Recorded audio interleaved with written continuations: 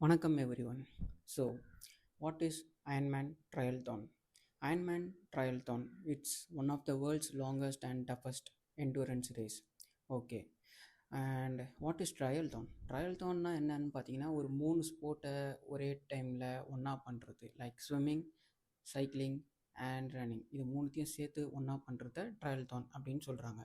So இந்த அயன்மேனில் பார்த்தீங்கன்னா மொத்தம் 4 டைப் இருக்குது.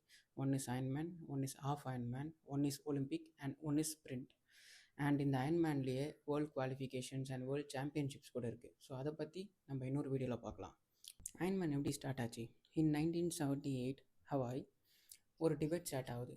ஜஸ்ட் லைக் தட் எல்லா அத்லெட்ஸ் கூட நான் தான் ஃபிட்டஸ்ட், நான் தான் ஸ்ட்ராங்கஸ்ட், இது தான் most daring and endurance sport அப்படின்ற மாதிரி.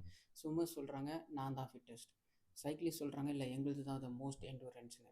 உடனே ரன்னர் சொல்கிறாங்க இல்லை எங்களுது தான் மோஸ்ட் ஸ்ட்ராங்கஸ்ட் ஸ்போர்ட், ரொம்ப கஷ்டமான ஸ்போர்ட், ரொம்ப டஃபஸ்ட் ஸ்போர்ட் அப்படின்னு சொல்கிறாங்க. So US naval officer John Collins என்ன சொல்கிறாருன்னு பார்த்தீங்கன்னா, why don't we do this?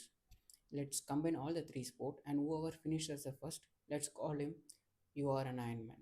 Yes, that's how the story started. அப்படிதான் தி அயன்மேன் ட்ரையல்தான் ஸ்டார்ட் ஆகுது.